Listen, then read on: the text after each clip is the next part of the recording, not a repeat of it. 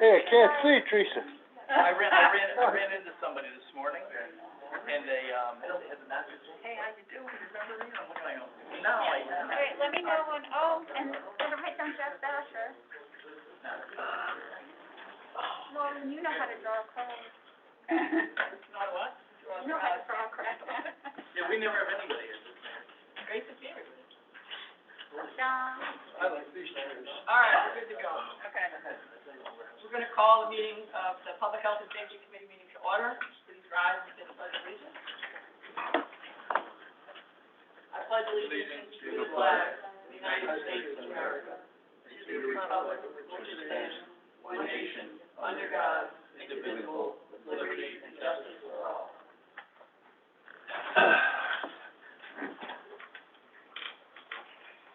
Okay, roll call. Alderman Chris Balmacy. Here. Alderman Bernie Simon. Here. And myself, Lauren Gordy, present. Next item on the agenda is public portion. Is there anybody here that would like to participate in the public portion? Please state your name and address, and you have about 5 minutes to tell us what you're talking about. Sir, come on up.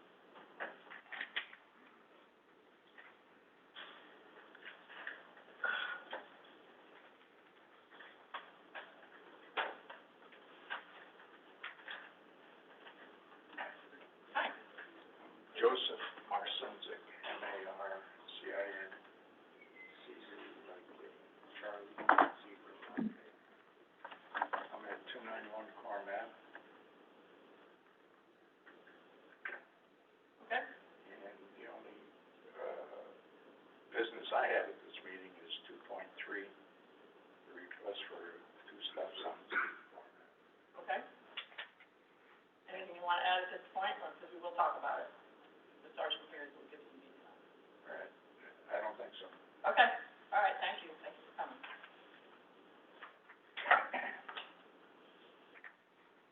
Anybody else from the public wishing to speak? Anybody else? No? Okay, great. We will close the public portion.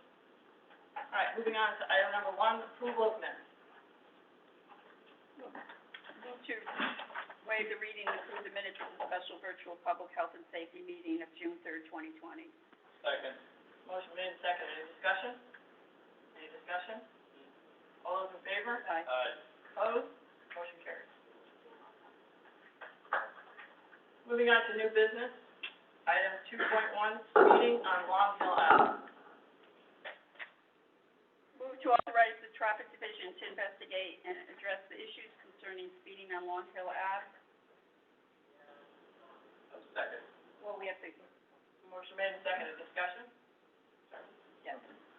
On that question that I received, there was also an issue with trucks. Right. Along the speeding and the trucks. I don't know if it was speeding trucks but I mean, Long Hill Avenue is a heavily traveled road. There are many businesses off Long Hill, the Crossroads, Forest Parkway, Platte Road. It's easy access to Route 8, Route 110, and trucks are allowed on Long Hill Avenue for local deliveries only. And most of them are just local deliveries. So you're getting a lot of truck traffic up and down Long Hill Avenue. There's really nothing you can do about it. They're allowed there. As far as the speeding goes, we've increased our radar patrols up there. We've set the speed trailer up, the speed boxes. That's doing the best I can with that. Haven't had any increase in accidents. There's no increase in crashes.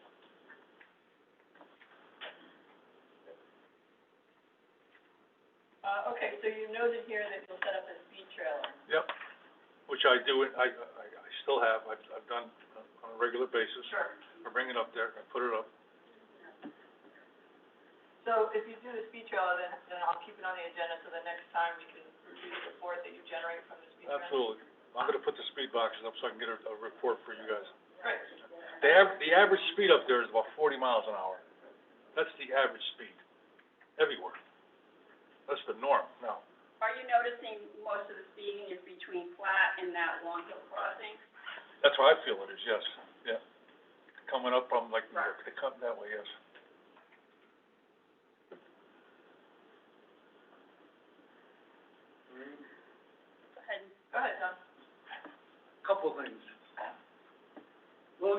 So it's right, exactly where the speeding occurs between Plot Road and Southwest. And twice recently, people have passed me on Long Hill Avenue, which is no passing zone.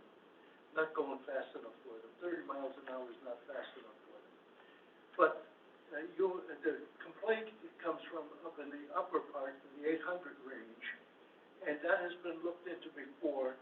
You did an admirable job up there with all the displays and holding it down and trying to curb it, and you even put markings in the road, slow down, which I think helped an awful lot, because that's up where the curves are down, way up Long Hill Avenue. On the southern end of Long Hill. Right. Yeah, and so the complaint is way up in the 800 range as opposed to the speeding zone. So they gotta be slowing down to at least about 35, 40 miles an hour up there. But he's right, absolutely right. The observation of the complaint is legitimate. But when all the things have been done, this is the second time that we're putting the effort into the 800 range, and despite Herculean efforts the first time, the people just won't obey the law. The drivers will not obey the law, unfortunately. It's like that everywhere.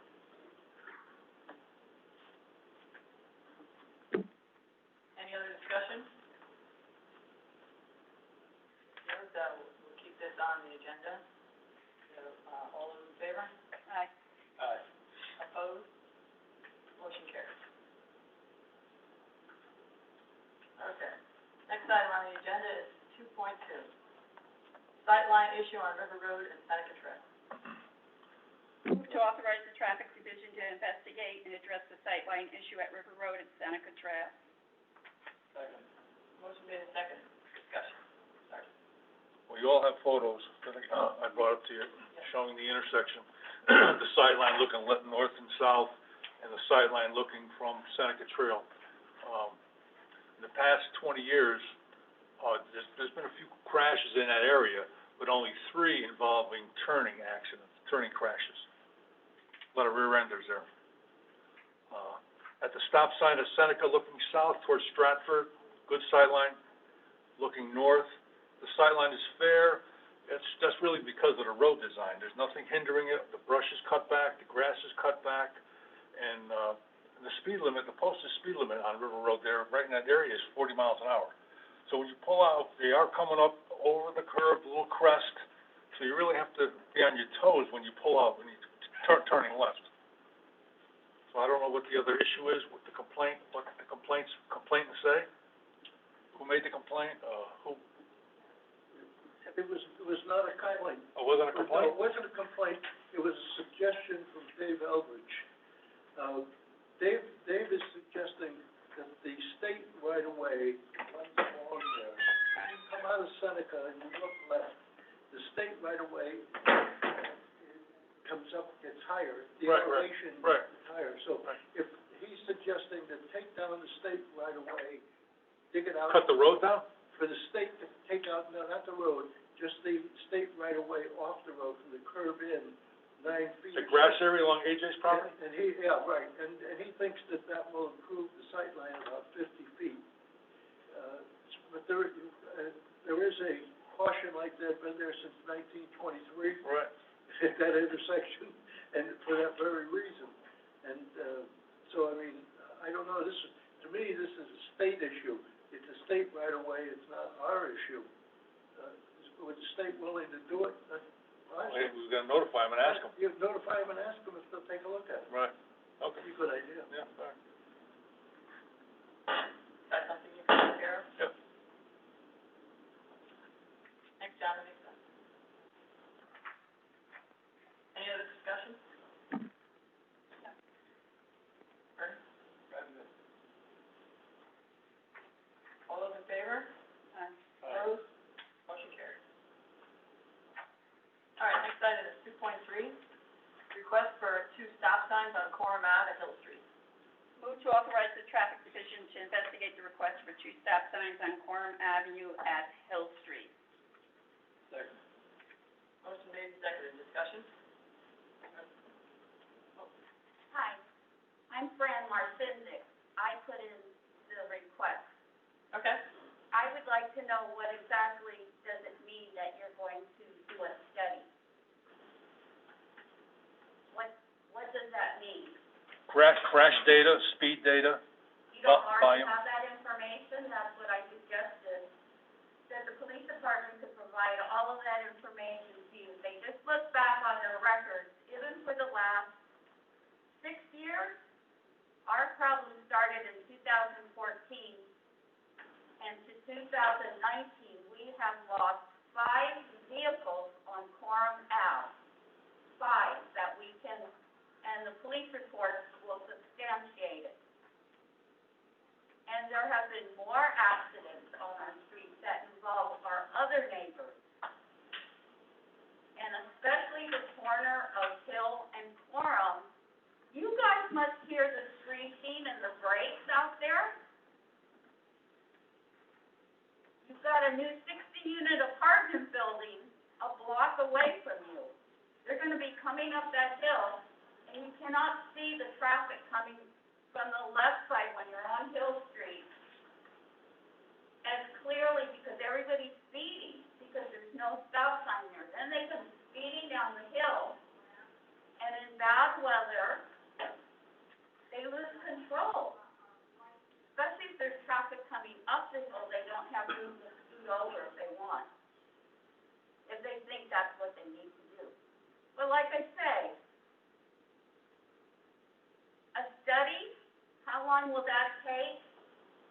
When I think the police department can substantiate the number of minor and major accidents on Quorum Ave between Center Street and Hill Street. Right, and as the sergeant was alluding to, that he is going to continue to look into collect more data. Right. We discussed this with the developer when Yep. we had our meeting with the developers, phase 2 for this apartment.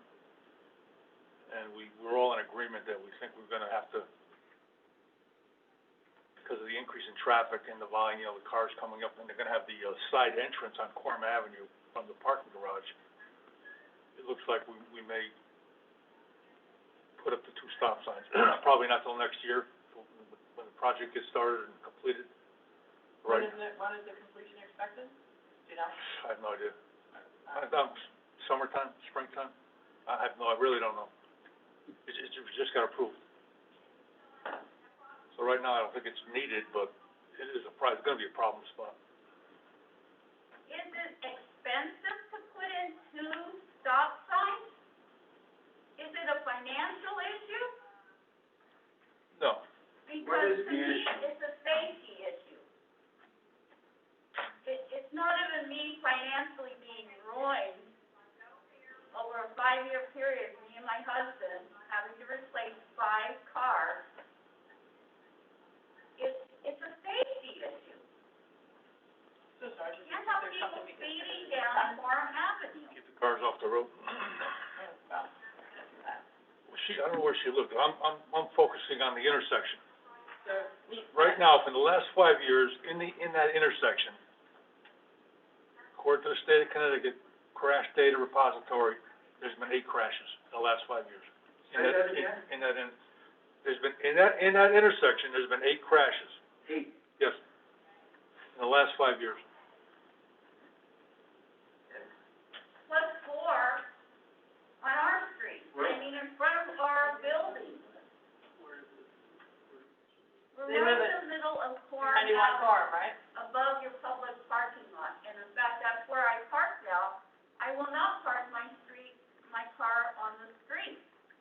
So I park in the public lot, which a lot of people do because they lost side mirrors.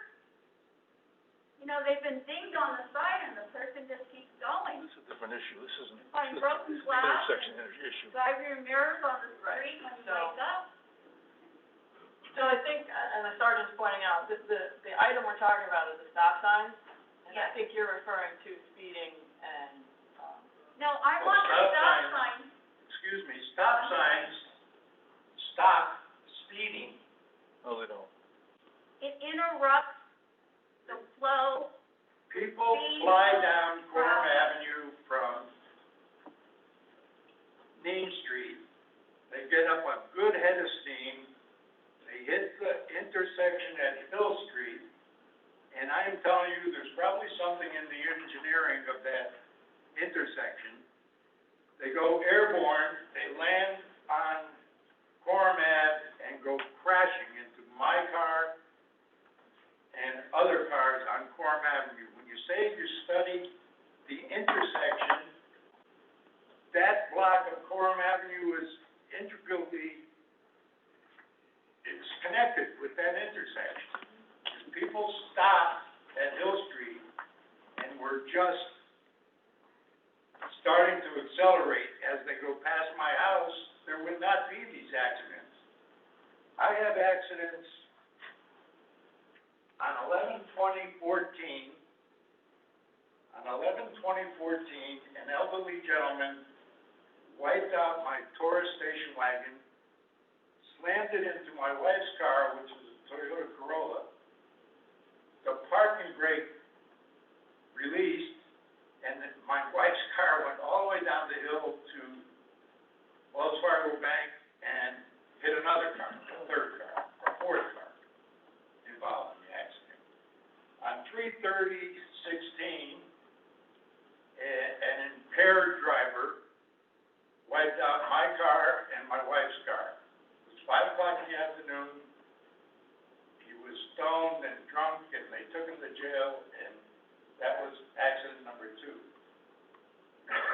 Accident number 3 happened on July 6th, 19, and that was another one where I think drinking was involved, but it doesn't matter.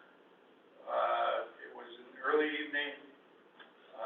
The guy... Joined the meeting. Excuse me? Sorry. It was just the microphone, I'm not sure what it was. Go ahead. The guy went through the intersection and again plowed into my car, so that's a total of 5 cars. Now, when the police say to me they're doing investigation, I can't understand why the third time, 5 cars total, it wiped out on Quorum Avenue in front of K92914 Avenue. Why the police don't say, wow, we've got a problem. And it seems to me the easiest solution to the problem is to put up stop sign. I say it should be a 4-way stop sign, but honestly, from my point of view, the stop sign has to be on the southeast corner of Hill and Quorum. That's the problem. I mean, people going up the hill, they speed up the hill and go through that intersection and end up down on Main Street. But it's the danger is the people coming down Quorum Avenue from Main Street. It will be a 4-way stop. Yeah, it should be a 4-way stop, but I'm just saying the primary problem is the people coming down Quorum Avenue and getting up ahead of steam before they hit the last hill past City Hall. Thank you. Thank you. Sergeant, so, I'm gonna work with, I'll work with Remus on this, see what he thinks. okay. Okay. So we'll keep it on the agenda to see Please. what else can be done. Yeah. Perfect, thank you. Any other discussion, comments? No. What's going to be done? I'm sorry. Go ahead. I didn't understand him. I'm gonna work with the city engineer, get his recommendation. How long will that take? It may take a while, ma'am. Why?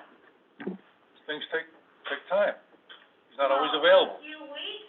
Yes. A month? A year? So you have to work with the professionals that No, I time realize that. Sometimes, I don't know if he has an exact time frame, but as I said a few minutes ago, I'm gonna keep it on the agenda so that this way we can ensure that something. Should I check back once a month then? Please don't. Otherwise, he's gonna forget, I can tell. Well, no, I don't agree with that, but, you know, he does an He excellent job. doesn't think it's gonna work. He already said that. He said he was gonna work with the How can you engineers, and tell I think if it's not gonna work unless you try it? again, ma'am, he said he was gonna work with the city engineer. These are the professionals we have in our town to ensure that what we're doing is the most appropriate. intersection, a traffic light or whatever, so, I think that's a good solution for right now. And again, I'll keep it on the agenda, so it's not out. Okay, hopefully another accident, and hopefully, unfortunately, we don't have a death, because it's gonna be on you guys for sitting on this. It's been a long time. It's not just been me contacting you. You guys have known about this for a while. He mentioned it.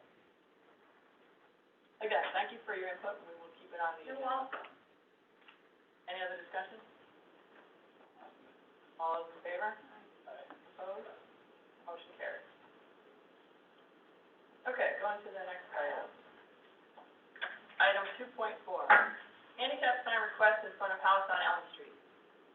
Move to authorize the traffic division to investigate the request for a handicap sign on Elm Street. Motion made and seconded. Discussion, Sergeant? Sorry, it's being installed this morning. Well, thank you for that. Well, you're quite welcome. Yeah, appreciate that. Any other discussion? No, good news. All those in favor? Aye. Opposed? Motion carries. Okay, next item is 2.5, ATV issue at 224 Beardsley Road. I don't have that, I have nothing. That was an add-on. 2.5? No, I don't have That it, was- so. That was something she, yeah, It's probably on the bottom somewhere, can I have it? Should be in your packet. Move to authorize the traffic division to investigate the ATV issue at 224 Beardsley Road.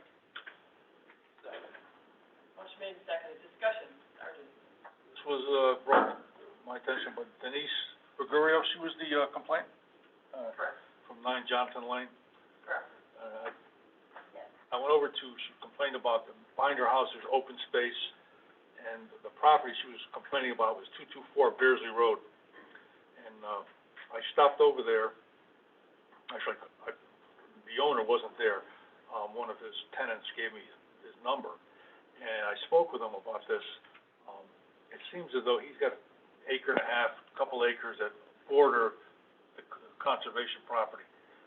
So during the pandemic, all his friends were bored, laid off, they weren't working, so they made a little track in his backyard for his go-karts and things like that. So evidently, the trail his track went over onto conservation property, which he didn't know about. Teresa Gallagher paid him a visit and explained to him what had happened.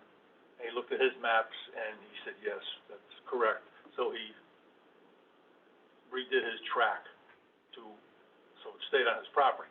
But he told me as of June, all the guys are back to work, and they rarely use the track anymore, or the ATVs, maybe once in a blue moon on the weekend. And he said it's really not an issue anymore. And I talked to Denise Ruggiero yesterday, and she agreed with me that all the quad activity has stopped back there. So it was just a temporary thing on, and Mr. Purcell, he was very cooperative with me. He said, oh, he wants to be a good neighbor. It's all stopped. Even when Teresa came to his house and explained the situation about the property lines, and also he cut back on the hours that they were riding around. He limited his friends on when they can ride. So, but now it's stopped. It's a non-issue right now. Everybody's back to work, so. And the complainant agrees. Okay, so once they complied with the, going across the border line. He moved it. As soon as he found out that he was on city property, he moved the track onto his. So what he did then is within his rights on his own property? Yeah, right. Okay. Yeah. And, so, I reached out to her too, and she also agreed with what you said, that the ATV activity is significantly reduced. There was only one call for service there to that house since, January. A noise complaint, and the officer went over, and I told them about it, and they knocked it off, they stopped. Okay. Any other discussion? John, do you have anything you want to say? Because I know you were initially involved. What, with the Ruggiero thing? Yes. Did you have any No, You were involved with that? I don't have anything to add. I think Contacted them. I'm happy to hear that you contacted Mrs. Ruggiero Yep. and made her aware and that she's satisfied because she was the only person, as you pointed out, that contacted me on Okay. this. So I don't know of any other neighbors that were discomforted because of it. She's the only one, the only complaint. Okay, so I think you might have it under Correct. control. Okay. Give it a chance and let's see how it goes. Right. You know, like you say, you got the property owner cooperating, Right, yeah. everybody, so, you know, maybe you resolved it. So, Good effort. Good effort. thanks. So, no, thank you very much for, that was on, short notice, but thank you very much. Okay, you're welcome. All those in favor? You're welcome. Opposed? Motion carries. Thanks very much. Great. You're welcome. Okay, next item is old business, and we have no items, so we'll move on to, agenda item 4, status updates from the police department. 4.1, update on status of rank and file detail. Hi, Chief, thank you for attending, appreciate you taking the time. Thank you. Is this microphone on? You want this? Yep, shake. Mine's off. Want it on? Quiet, I don't know. What? He should have a microphone. He needs one, not me. Here, is the public able to hear what's being Do said? you wanna go to the podium? You wanna go to the podium? Whatever works. I could speak up loud, I can go to the podium, I can put this down, I just gotta give you, Table. no, well, I'm gonna give you some of this data real quick, so Okay. it'll make it easier for me when I Thank you, explain. perfect. What? Did you turn it off? You're gonna stay up there. Did I turn it Grab that wireless mic over Where's it off? Okay? I always turn it You've got off. this switch. Me too. But you're loud enough. I'm, This one over here. you're, sorry, I didn't mean to rude. You're loud enough. Okay. Okay, thank you. For just me or? is it For more everyone, I got copies for Oh, that, okay. that's just for you. Gonna give me another, you gonna give me another one? I'm gonna give him one. Yeah, if you want to pass it on. He doesn't have, easier for you to reach here.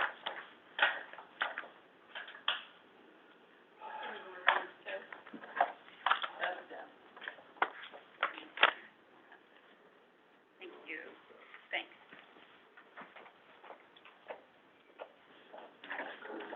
Thanks very much. Forget you, John.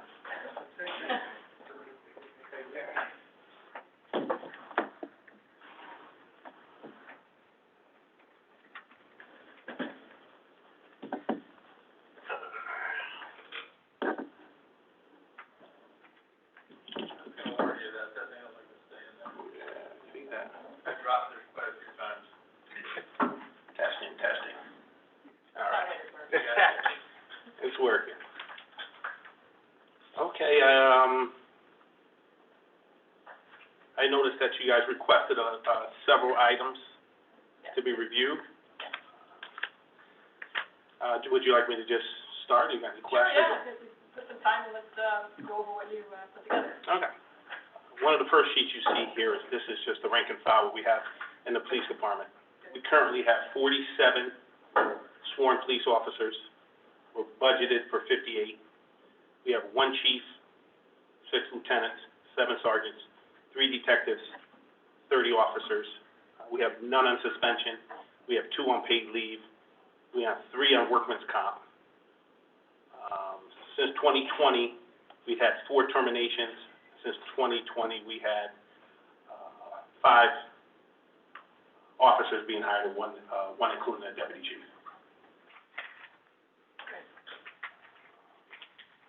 Just want to talk a little bit about the crime statistics and what we have. If you notice, I want to say on the last page that I gave you, I'm proud to announce, when I came here in 2015, I believe that we were in the 54th or so safest city, according to the FBI crime statistics. In 2018, after accreditation, we dropped down to the 16th safest city. In 2019, as of last year, we dropped down to the 12th safest city. we are recognized for that, and as of this year, which came out 2 days ago, we are now the fifth safest city in the state of Connecticut. So, I'd like to say thank you. Well, it's a group effort. It's a group effort. A lot of that is attributed to how we set our patrol shifts. Despite what rumors that go on, I don't get into any of that. I base mine just on facts. Like I said, I was tasked here to come here to do with more with less, so to speak. When we had 58 officers, we've always had the same minimum on patrol, even though we have some that are terminated now. You might say, hey, you're down on patrol. We still have the same amount of officers on patrol. We focused on more omnipresence of visibility. We're always looking at complaint statistics, geographical mapping. You'll hear me mention that. I mentioned that back in 2016. I mentioned that in 2017, 2018. We look at data. We look at where they're having more accidents, motor vehicle accidents. We look at where they're having different bank robberies. We're looking at if you place a vehicle in a certain area and you stay visible, and you move them around from time to time at different designated areas on patrol checks, is a proven fact to decrease crime and decrease motor vehicle accidents, and that's what we focus on. Patrol, I believe, has always been the backbone of the police department, even though a lot of times the detective bureau and division is always recognized, through television shows and things like that. But patrol, just having that omnipresence, staying visible, and I think it's a good thing. I mean, we came from 58, and when I came here, I had 58, and even though we have 47, we're still dropped down to the fifth safest city. And I think that's just a proven fact that it just shows you it's not about the perception of the officers, it's how you utilize those officers. I'm not gonna lie to you, we do have certain problems as any other police department does. It's always a 1 or 2%, and we constantly have to get back on track. And we constantly have, and a few of those things that we came in encounter with, we had a lot of officers, not that they're doing anything wrong, but socializing at times. And we had to stop them. We had a problem at the Donut Crazy at one point. There was several officers there at the Donut Crazy. And obviously, I had to put a stop to it. A couple hours, you can't be at the Donut Crazy.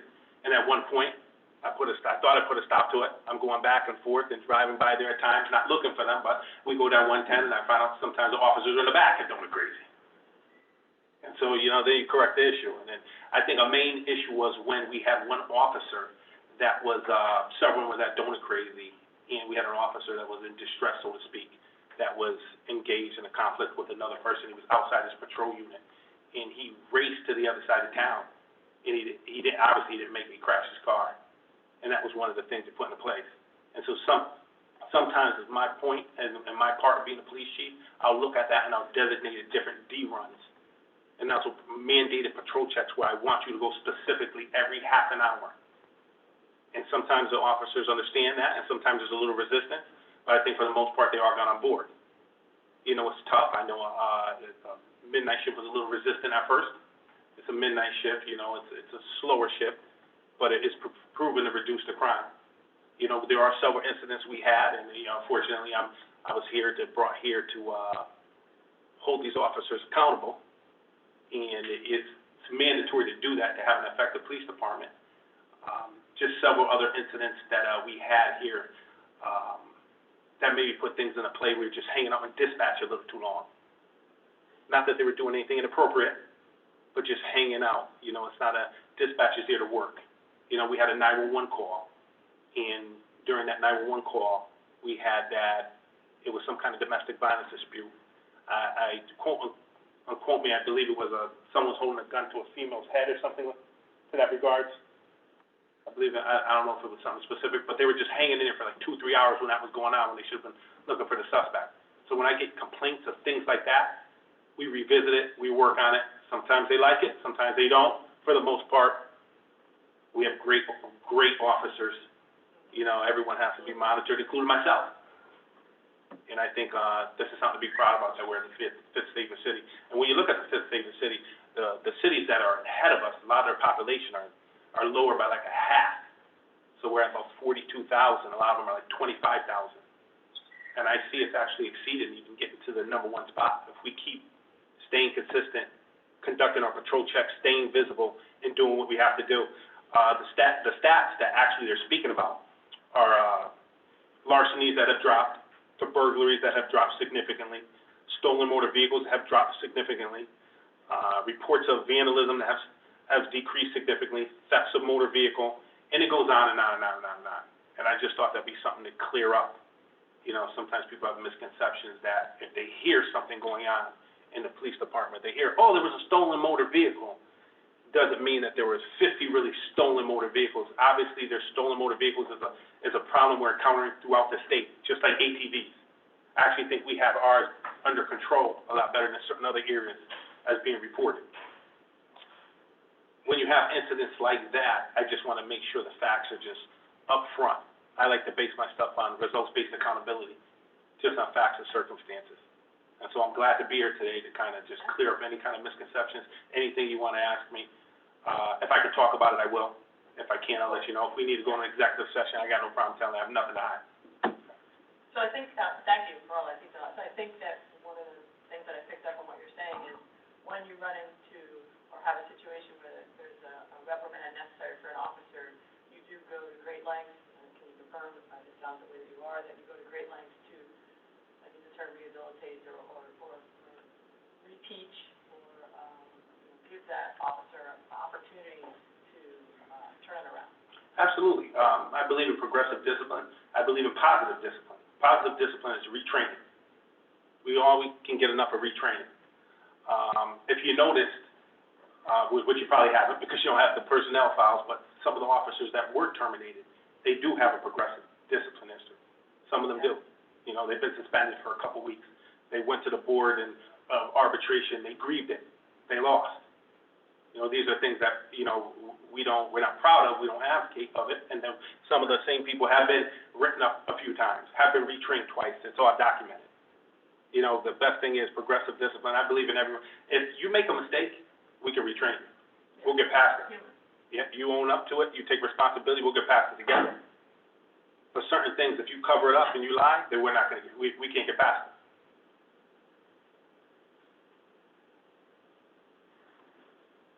I agree with that, and thank you for your leadership and every police officer here, as well as the ones that aren't. I appreciate the service that you rendered to the residents of Shelton, and one of the reasons I still live here is because it is relatively safe.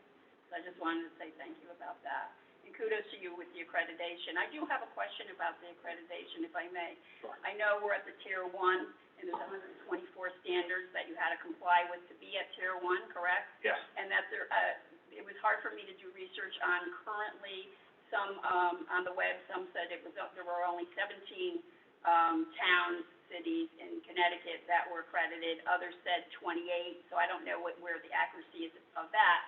But we have 17,965 police, departments, sheriff departments, state troopers nationwide, and only 2,600 roughly are accredited. So kudos to you. And what I would like to know is how do we get to the next tier, which is the professional tier, I believe, and then when I do some research, I'm just curious because I know that's your focus. Yeah. Well, thank you. I appreciate the compliment on behalf of the police department. We're focusing on Tier 2, Tier 3. Actually, I brought every one of the guys here, and all of them have a significant reason for even being here, even if they're not up here speaking. We got Officer John Staples in the back. He's the school resource officer. We got Lieutenant Robert Kozlowski. He's one of our head of the Internal Affairs Division. We got part of the traffic unit, Carlos Vinheit, and he's a retired state trooper. Where's my accreditation manager? Couldn't see you. I believe we're working on Tier 2, Tier 3 now. Correct, Brian? That is correct. When do you expect, If COVID hadn't happened, we were actually getting reassessed in November for Tier 1 again. We had originally hoped to be Tier 2 as well, but certain things we needed to get in place kind of took a back seat, all the different procedures we put in place to keep everyone safe for COVID. So basically in November, we're gonna get reassessed for 1, but then kind of put it into overdrive for 2, and maybe even the following year, just get reassessed for 1 and 2 again, and then in for 3 after that. Thank you. and that's, I didn't want to leave him out, Kevin Strang, I appreciate it. retired state trooper in the back there, so. Yeah, actually, the focus is to move to Tier 2, Tier 3, and then ultimately federally, the CALIA accreditation. One of the focuses we have here is just, we're doing it step by step. I know some people combine 2 and 3. I don't know what Brian, sometimes he's a genius back there, and sometimes he gets, he does a great job of what he's doing, but I anticipate within, maybe not this year, by next year, maybe have Tier 2, Tier 3. And people always ask, what's the benefit of accreditation? Like, what is it? And, we all look at it when we send our kids to preschool, we look for accredited preschool, you send your kid to college, an accredited college. It just means we're working at the highest standard. We have the highest policies. We make sure the building codes and everything's up to par, and instructor is constantly being evaluated, it's constantly being inspected by the state, by the federal guidelines. It's basically showing you have nothing to hide. We're going to work to the highest standard. And some people say, well, do you really have to do that? Yes, you do. Because one of the benefits of doing it, once you reach Tier 2, Tier 3, you're eligible for certain federal grants and some state grants. You get credit. You get credit, and it will lower the budget significantly. And also, the data shows and speaks for itself. We wouldn't be doing an article, I wouldn't be doing an article in the next couple of days with the Connecticut Post and the Chevron Hero of how we're the 5th safest city. You can see when I came, it was 50-something, I believe, and it dropped significantly, just off accreditation, just off holding people accountable, just off the accountability of the police department itself is just, it's critical. It's critical for decreasing crime, it's critical for decreasing motor vehicle accidents. I tell everyone, that when you pull someone over, you stop them for speeding enforcement. Doesn't always have to be something negative, does it? You don't have to give someone a ticket all the time. That's not always, that's just one of many options. But one thing we do know is studies say it reduces crime. It does. It reduces motor vehicle accidents, so we know it's necessary, it's required. Accreditation, I'm a big person on accreditation, not to blow my ego or anything like that. Just I see the potential in the department. There's a lot of great individuals, a lot of great officers to help work towards it every day. And as I see the proof's in the pudding, it's paying off. Thanks. You have some other numbers in here. Is there anything you want to highlight or discuss? And I again want to thank you for taking the time to put all this together. Let me see. Is there anything that you wanted to go into? Or just for our reading? What we're currently going to do is, I think, within the next couple months, we're going to run a lateral officers list. Oh, okay. And so we're going to look for that probably in maybe late October, early November for the test. We currently have an active list. We're reviewing that list now to see if any potential candidates. We actually have actually the entry-level list, I believe, expires in December. Is that correct? December? Mike's not here. The only one of the command staff not here is Mike, who's in charge of it. But I believe it's December. We'll look for another entry-level list as well. We have an active captain's list we're going to review. We have an active deputy chief's list we're going to review. Okay. And hopefully we can increase the manpower. Like I said, the minimum staffing levels is per contract. It's per the contract what is out there. It hasn't changed. We work with what we're given, and the officers have been doing a great job.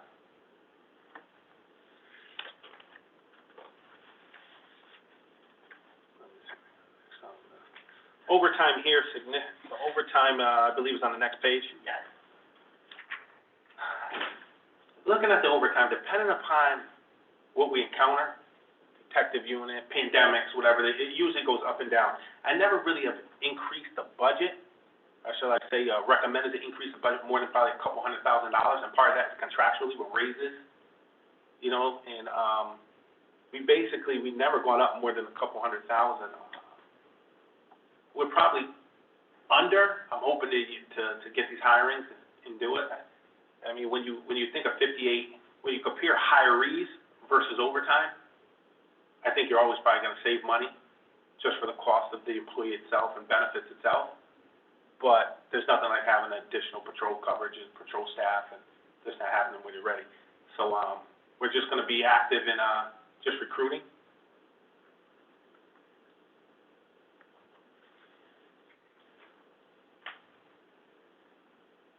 If there's any questions regarding that, we can speak, or I can go into the grievance section that was requested. Just, can you clarify what you mean here on for comparison, July 19, July 20, what is that?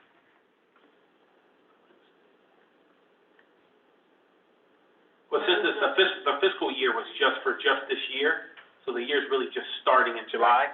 Right. So I think they have it for last year, in July was 50,000 versus this year was 69,000, a little higher. I see.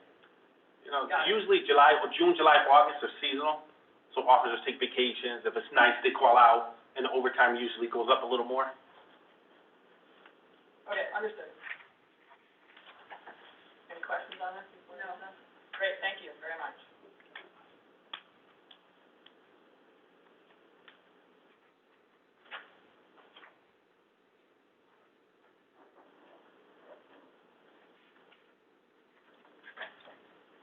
Okay, I think we actually, for this year, from 2019 to 2020, I'm seeing that we had 1, 2, 3, 4, 5, internal affairs investigations, and I believe one is only active and open. Is that correct? Which is confirmed. Like I said, unfortunately, it's critical to have an internal affairs division within a police department. You know, accountability is a must. I'm here to limit the liability of the police officers. A lot of people, question and so to speak, of funds and money that you spend on legal fees and fears. I think the liability is in itself, if you don't, you open yourself up to liability to potential victims and people that can actually sue and pursue things if you're not holding them accountable. You limit your liability by holding them accountable.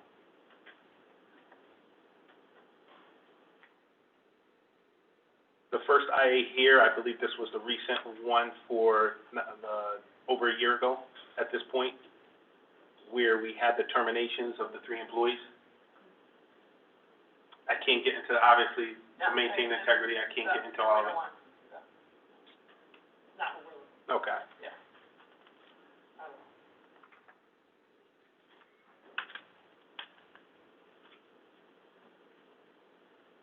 Any questions?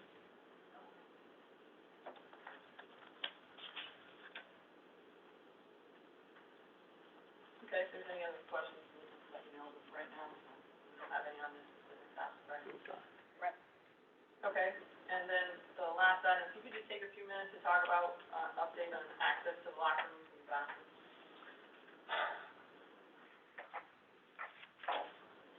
I can't speak extensively on it. I refer that to the mayor's office. He actually has the authority, the full authority when to open up. What I can say is one of the main reasons the locker rooms were closed in the gyms is we put it as an effect with executive orders. COVID, nobody really understood how to handle COVID. You know, it hit us all, swept us off our feet, changed life, living conditions, working conditions for all of us. But one of the things I could talk specifically how we encountered it at the Shelton PD. We had a dispatcher that works inside that was positively identified with COVID. We had an officer that worked inside, positively identified as COVID.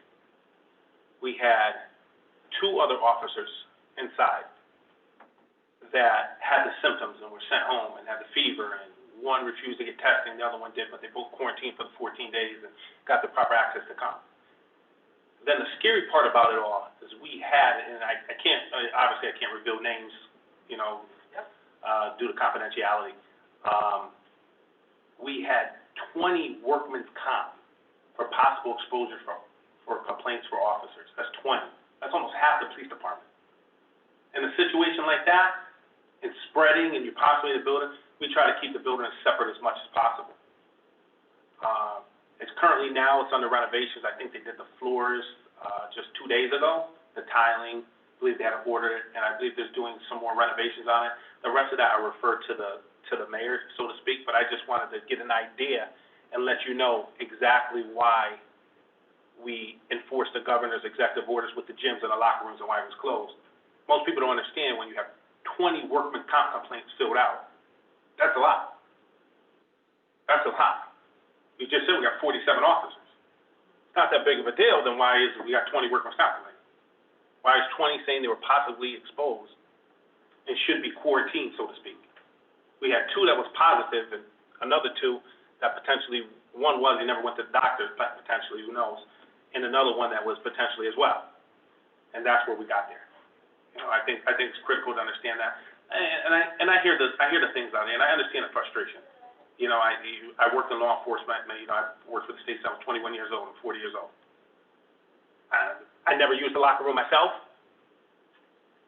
I think majority of the guys didn't. I asked all these guys, how did you manage? You know, I ask Sig that every day when he comes into work. I said, how'd you manage without using the locker room? He goes, I did just fine. I did just fine. But when you risk with that task of making that hard decision, the last thing you want to do is affect the entire police department. And the only thing I can say is, I'm a stats guy. I'm on facts. Ever since we put that into place, not one workman's comp, not one possible exposure. Something must have worked. Now when we put it back together and we open access to it, I'm sure we will do it with limitations, and we will see if we get more workman's comp complaints. We'll see if we get more possible exposure claims, so to speak.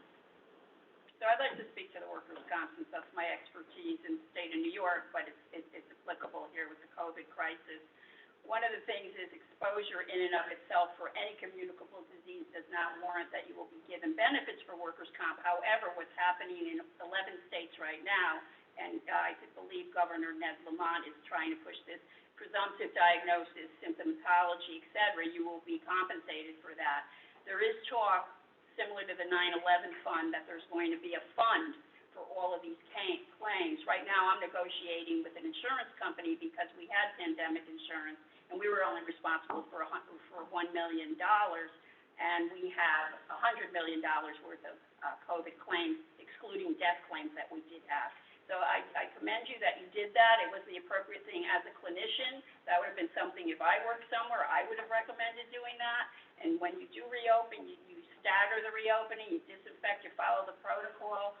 And again, I'd like to speak to, I think things get out of control, rumors start, we don't always have all the facts, so I do appreciate you coming and explaining everything. Thank you. Like I said, I'm open to discuss anything at any time. I understand some of the officers' frustrations. Most of them I spoke to, most of them, handled it professionally. You know, they found other ways, other options we provided. Sometimes I hear a lot of talk just saying that, you're the only police department. And then when you ask them, show me I'm the only police department, they can't show you. They can't show you. But the more importantly, the question I ask people when they say that, you're the only police department, I say, well, tell me the other police departments you're referring to, tell me how many possible exposure incidents they had, and tell me how many positively identified COVID in that building. Tell me. Because I know we have here, some of them haven't had one. So why would you close it? There's not a need. And we may have a resurgence, as we all know. Yeah. And it's easy because you have to make the tough decision, especially when you're the police chief in charge, because you have others that want it closed, officers, you have others that don't want it closed. And it's easy for us to, so to speak, who's not in the building, but if you're in the building, you might want it open, but you might want it closed. But we're not working there, but if I sent you in there working there every day and you had to go, and you're a first responder and you had to go work in there every day, and you know there's COVID in that building, you might feel different. I just have a question. Are you having a shortage of N95s or any other mask situation? We keep, how are we looking, Brian? We're pretty plentiful right now. We keep in touch with, Mag Leon. Oh, okay, good. We do, a weekly inventory, make sure that we're ahead. The sergeants on shift, when they do roll call and they meet with every individual officer, they make sure they should have adequate supplies there. If there's not, they put in a request. It usually goes to the command staff, and we usually just put it out there, and we keep it in a locked location because these things fly. These things fly. You leave them out, and they fly. And I know Brian's doing a great job. He's done a lot of the special orders and the policies, and You know, it's not easy when you're trying to make everyone happy. You know, I know one incident he put out, you know, just take one at a time, and they thought he was trying to be cheap with the wipes, but he was just like, no, because they'll take the whole thing and it's just gone. He just wants to make sure everyone has enough cleaning supplies. And, you know, it's a tough job. You're out there, you gotta take care of yourself, you clean your vehicles, you wipe it down, you're paranoid.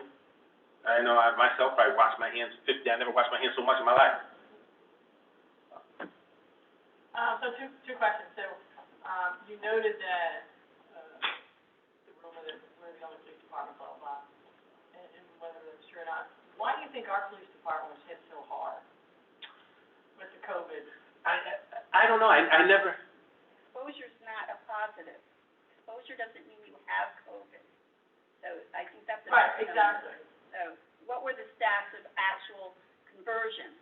You probably don't even know that, because we're having problems with the Department of Health in New York, as well as I work for 24 hospitals. It's not an easy stat right now. It's a fluid thing. So exposure does not mean you have the disease or the virus. no. And then some people are asymptomatic, Correct. and they don't know they have it, you can't force them to get tested. You Right. can only advocate to get tested. Right, and you said there was, 20 cases of workers' comp.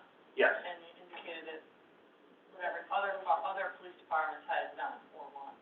So why do you think that is? Why would our police department, our gym, our locker room be so impacted? And is there something we can do to ensure that doesn't happen again, or at least reduce it? Because there's gotta be something different if we're the only one, So it's the or way the minority of all the states that has. It could be the way it was recorded, that's what I'm trying to emphasize. I have 7,200 cases right now. Out of that, 30% are presumptive positives. In New York, they're gonna end up being workers' comp. Connecticut's probably gonna follow suit. But what it means, it doesn't mean you had an actual exposure. One person can be positive, and then you do what's called contact tracing. Anyone that had contact with that person is an exposure. OSHA makes us report an incident, but you only become a workers' comp if you convert. The issue with the pandemic is all the rules like that are flying out the door right now, and insurance companies are all battling. When in hospitals, you guys get exposed to TB when you go pick up, when you're dealing with somebody who spits in your face, you have the potential. You can report that. It doesn't become workers' comp until if and when you convert. The problem with COVID is because it's a novel virus and we're working and learning about the virus at the same time we're having people report this, the determination really hasn't been made yet. What's going to happen in predominantly Democratic states, they are all going to say any first responders that had any potential contact, you can put in a workers' comp claim. That's where they are right now, and I started to allude to the fact that there may be a 9/11 similar fund, but because of the long-term effects of the people that actually have the disease. I mean, I'm dealing with people that are in comas, intubated, on vents since March, and in addition to 20 deaths. It's a serious thing that you can't ignore, so I think your points are really good, but I think it's the way it's being captured, because other hospitals that aren't under me, I work for Northville, full disclosure, Presbyterian, they weren't capturing it. They weren't even putting in incident reports. We did it proactively, and it may be the same thing here, that certain police departments chose to, the onus is always on the employee to report something. But some police departments, once they got the exposure, they told people, the positive, they told people you could put in an incident report or report it, and that may be what's going on, the reporting process, as opposed to actual statistics saying that you had, that we have a crisis mode. I think being proactive, that's what we did at Northwell. I have 72,000 employees. We had, 7,200, so what, you do the math on that, it's 10%. And Chris, I appreciate that. And, but what I'm saying, my main thought process behind it is, I'm a stats guy. I'll bring the stats. Somebody tells you that other police departments did it differently, show me. Did anyone show you? Sure they didn't. Nobody will show any of you. Nobody knows. Nobody, but people just talk, they don't back it up with anything. We're the only one that closed down. Show me. Show me it. We're the only ones that closed down. I challenge you, show me it. I'm a president, the chiefs, you show me it. Do I hear of other police officers that for different departments having COVID? Absolutely, yes. Businesses Now, the stats you need to see is, are they still having COVID? Maybe they should shut their locker room down. So I challenge the system, bring me the police departments who had COVID. I know there's several around, there's Stratford, Fairfield, you name it. And then, when was the last recent COVID? We haven't had any since we closed down that locker room. Show me, have they had it, kept the locker room and they had it? Show me something, show me stats, just don't talk. I'm not here to talk, just to talk. Just bring something. So when the positive was done, did the Department of Health do the contact tracing? Who did that here? Who did that specifically, Brian? The Department of Health? I don't actually remember. Okay. Okay. I'm just curious, because that's the only way you get to the bottom of all that. And you know, we've had several recordings, Everybody from disgruntled individuals. We had OSHA came in, they did a full, thorough investigation. I mean, Brian was in it. Like I said, I have nothing to hide. We're accredited. You have to come in and inspect the police department. There's nothing there. I don't fall into the rumors. I don't fall into stats. If you notice, I won't speak about something. If I don't speak about something, it's usually not true. It usually didn't happen. And I hear probably just as much as everybody else here, the wildest things I hear rise, even regarding myself. You know, even regarding myself, and I'm like, that's not true, that never happened. And you know, you hear the rumors that the chief and the mayor, they have so much power that people would hide it, and they're willing to cover it up for them. They have so much power. No, nobody's willing to risk their jobs for myself or the mayor, I can tell you that. There's no entire state's attorney's office that's never notified and willing to risk their jobs and careers for me. None of these officers back here, I guarantee you, are not going to risk their jobs for me. So chances are, if I didn't speak about it and you hear someone talking about it and saying this and that, it's probably not true. And it's probably not true. And I'm referring to everything. You know, it's unfortunately that other police departments conduct themselves differently too. Some disgruntled employees don't advocate the way they're advocating out here. You got to be respectful. You got to be professional. That's the way you have to do it. You know, if I have a disagreement with you, Alderman McGordy, I'm not going to bash you every day on the face. I just don't conduct myself like. There's no point in that. Where's it going to get me? I don't handle like that. And to me, it's usually insignificant enough that I won't speak about it. But at any given time, trust and sure, if you make a phone call to me and you want to know if did something happen, you want to know, and we can do an executive session, details. It doesn't matter what it is. Why was there a deputy chief? Why there's not a deputy? It doesn't matter. I won't hide anything. I'll tell you just right up front. Thanks.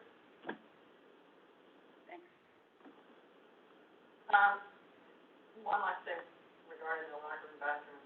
So, it sounds like the renovations are underway. Is there a reason why it wasn't done while it was locked down, while it was closed during? I think you got to ask the mayor that. I don't know what it could be. I don't know if the materials were ordered, or how it had to go up to bid, or what was being done, or, you know, the focus was on it when it was out to say, hey, this is the perfect time to renovate it, and by the time you ordered it in the big, I don't know. You'd have to ask the mayor that. He's kind of. Who's the lead on the project? Actually, it is the mayor. Okay. Actually, it is the mayor. Any other discussion, questions, comments? Do you have anything else that you'd like to add that we haven't asked, or? No, it's just if you want to speak about anything, call me at any time. I'm here. If you need me to come here again, I'll be here. Perfect. Well, I appreciate the time and effort that was put in preparing the materials, and also everybody's time to come here and discuss. I do think we have a fantastic police department. I'm very proud. Oh, thank you. Ditto. Yeah, I agree 100%. Especially now, we're in a time now where you guys are like underneath the microscope all the time, but the criminals are just a pass. And to keep your morale up, go out there. Good job. Thank you, I appreciate it. Like I said, the 98 to 99% of these guys go out there, they risk their lives, they do their job. That's right. And they do it, and they don't complain. They do it for somebody they don't even know. And I tell them all the time, don't let the 1% of complainers tear you down. Make good decision-making, go out there, back each other out, stay safe, and we'll get past anything. So the problem is the loudest voices come from the smallest of the group. Yeah, but usually the loudest voices never were leaders. They never were beyond,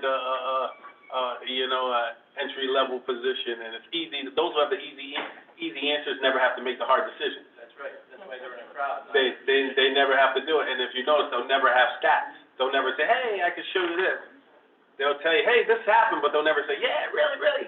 And then some of the public will buy into, wow, that happened?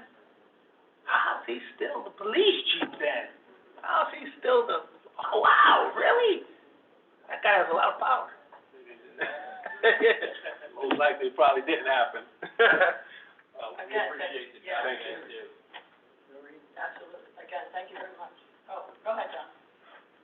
Chief, could you, address the recent, rash of car break-ins and stealings through, and I understand this is throughout the state, but it impacted in Shelton, and I hear that, there are people who are, local people who are trying to use, internet, coordinating with them, is there some way you can harness that? That is a great question, John. That is a great, great question. First of all, I want to say, once you see the stats, you'll see that the break-ins have been lower significantly. Now, I understand a few people get excited, they get energetic, and let's just talk about stealing cars and breaking in. I want to have kind of a civilian safety program that goes on around here. Let's not help them break in. Lock your doors. Let's not leave your valuables in the car, so in case your doors are unlocked, they open up, they don't have to take your purse and your wallet. Those are really the tough ones when you look at, and there's a good chunk of them that are like that. You leave your doors unlocked, you leave your valuables in your car, someone takes it, you call and say they broke in. Now, there are the occasional ones, as I said, the number has been decreased. So I think a lot of that became vocal with rumors. It made it more alive than what it is, because the stats say they're down. They're down more than ever. So what people are saying, the stats are saying differently. Is this just Shelton, or is this? I think this is statewide that you have any stolen motor vehicles with juveniles and et cetera, but it's been lower as it's ever been in Shelton. So when people say, if you have a few, rumors travel fast through the city of Shelton. I got used to hear when I came home from Stratford, they'll go quick. If one car was stolen, it's 20.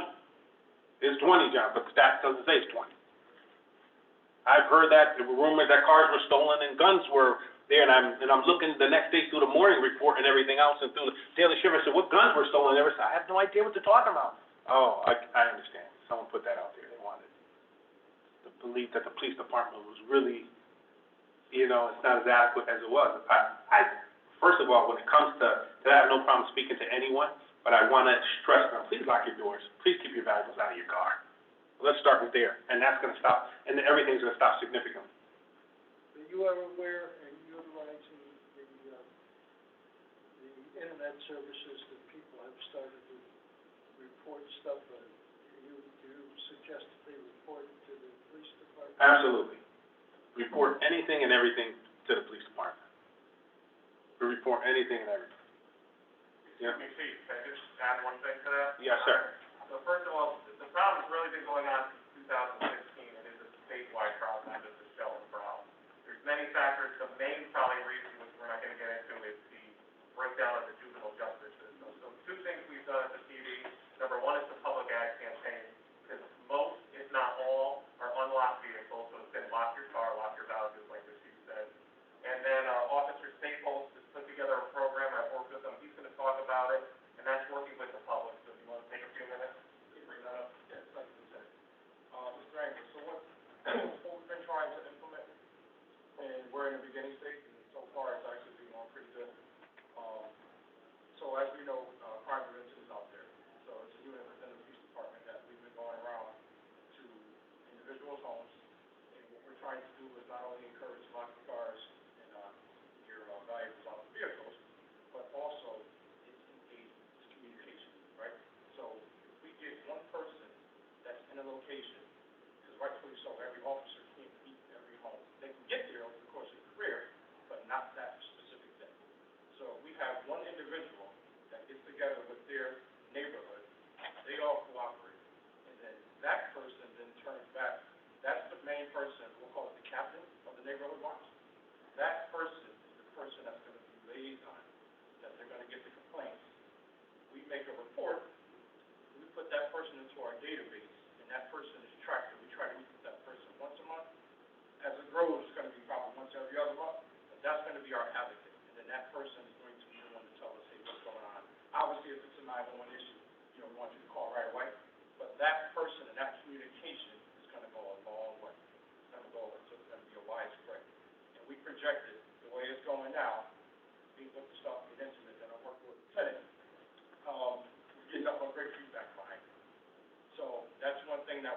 right now. And again, it's in its beginning stages, but that's what we look forward to go, to have it grow. So now, we have this individual, we're also pitching the ring device. So as we talk to other people, and listen, if that car was on Corm Ave, and then, you know, they did something, committed a crime, and it reached over on Hill Street, well, maybe the people on Corm Ave that had the ring, device didn't see it. But we can backtrack with the ring and find where that device was, we can find where that individual, car or person was, and we'll be able to review, and then we can make the course of actions, you know, if need be. Excellent. Thank you. You had said that this was a good question. I find that the gap, if you will, call it a gap, exists in the communication. I mean, I've seen on heard from people on Facebook that they're doing things, people are concerned, and you guys are doing things and setting up programs how to deal with this and interact with the public and meet this crisis, but yet there's the communication link that's missing. I think that today... I agree. That today, you've explained it, and hopefully it gets out, that communication gets out to the public through the media, et cetera. I hope so. We already, I already had a meeting with Phil and Harold, so we're getting some things together, and they're gonna be doing the next couple of weeks where we're gonna advertise this program. But we've already been in discussions about that. I hope so, and that's why I brought every single person here with a significant role in how we do our day-to-day operations with the police department. Like I said, sometimes on Facebook, specifically Facebook, because I know it's been a hot topic, you'll get one or two individuals that'll put out a false statement, and that's all you need, and everybody will just run with it, and they're going crazy. Well, this is a problem. Oh my God, how is this happening? And it's just not true at all. But like I said, if you notice, they'll never bring you one stat to show you that it happened. They'll never provide it for you. So absolutely. Does anyone else here? Anyone else in the back here wants to express themselves today?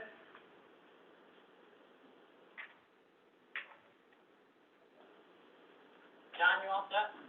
Thank you. All right, thank you all very much. I appreciate the time, effort coming here. I appreciate all that you do as well. Oh, and I think just the last closing part of Mr. Angers, with that farm watch, the communication is gonna go a long way. Because you can be on this side of town, and, you know, we have somebody in 2 weeks, and, you know, crime travels, what's necessary to stay in one, area. So now, as we grow this communication, you know, we get these contacts, we build these relationships with people, all this information travels to the city. And when it travels to the city, then we stay, become that city that has goes down. Yeah, the communication link between the police department and the public is addressed. The one other area is the communication link, the police department with the dispatchers, the police department with the patrolmen, to hope that everybody is included, everybody gets that communication what the program is. Yes, because, so, what we make, so when this, we're gonna call it Live By. So what it's gonna be is, the people that, you know, we're screaming to want to be volunteers, right? So, I have one volunteer, so we'll say, you know, John Doe, we have this information, so we're gonna have John Doe's name, his telephone number, and we're gonna store it by street names alphabetically. So then that anyone that gets into the role and position, when it comes time to advocate and get out and spread these messages and communication, that's how it's gonna be. And then you grow in these relationships, all this information is gonna be in our database. So, we're looking to do great things with this. And we have our own Facebook page, and we use it in a positive way, but sometimes you can't keep up with the amount of false information and lies that are being out there. I mean, and like I say, you just need one person to just start it off. And let's just say Chris starts off the lies and says, hey, there was 50 guns stolen out of Shelton. And then you jump on it, and you're on the Facebook, then you jump on it, and then John jumps on it. Now, I'm the guy who has the stats. If I actually jump on it and say, that's actually not true, we haven't had one gun stolen in 2 years, you don't see it because they'll take it off the page. So when you read the pages, it's usually the same line of thinking, and you say, how do all these people have the same line of thinking? They really don't. The ones that's on the same page, they'll take it and remove it. But we actually have it. So it's not, I don't want you to, the perception of it is in a small group of individuals, usually resulting from some hidden agenda or someone being disgruntled, and then that's where it comes. I mean, obviously, the stats are right here.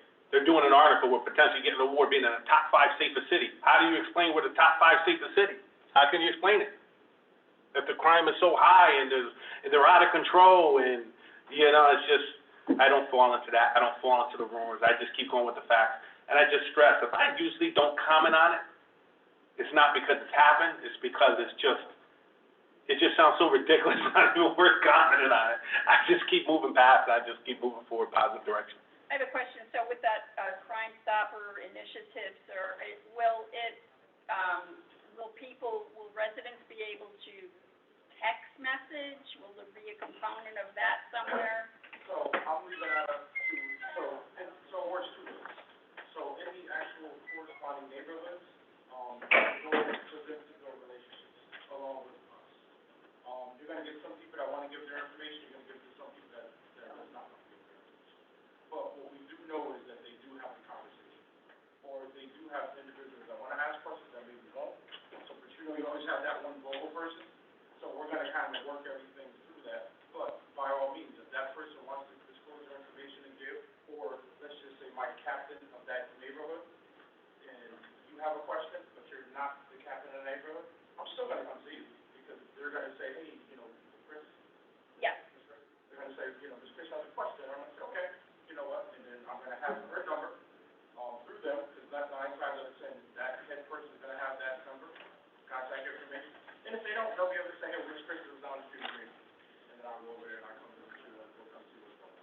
So it sounds like community engagement, so that's, we're going on the Yes. right path. Great. Which is what's needed. Yep, definitely. Perfect. I was just gonna say, regarding your Facebook comments, there's an old saying that says, come up with a lie, tell it often enough, people perceive it as the truth. People start to perceive it as the truth. I don't even know what to say about it. I just say, use good judgment, question it, say, where's your facts? Is that true? Did that happen? There's usually a police report that goes along with it. Wow, how did, just, a lot of it is just common sense, but I understand, you get caught up in the moment. Sometimes I look at the news media and it's entertaining, so you go with it. You just go with it, but if you go to the police department, check it out, the facts don't substantiate it. And they just say, and you just gotta laugh about it later and just go on. Never understood a fake news until I was in it. Never understood it. Any other questions? That's it. No, motion, this is just an informative, talk, discussion, yeah. So, again, thank you all very, very much for your time, effort, and all you do. Appreciate it. All right, we're gonna move on to item number 5 on the agenda, report of emergency services. Thank you for your time. Thank you, guys. Appreciate it. In your packet is, police services. I don't know if anybody has any questions. No. EMS, that's also in your packet. The last 2 months are in there for full services. We have a chance to review, let me know if you have any questions. I do not. Fire services, also a thorough report. Comments, questions? Okay, moving on, the fire marshal report, also, several months worth of, reports are in here.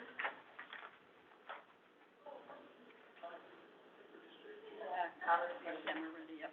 Seeing none, I'll move on to last agenda item 5.5, which is Office of Emergency Management. He provided 3 months worth of, details. Any comments, questions? Great.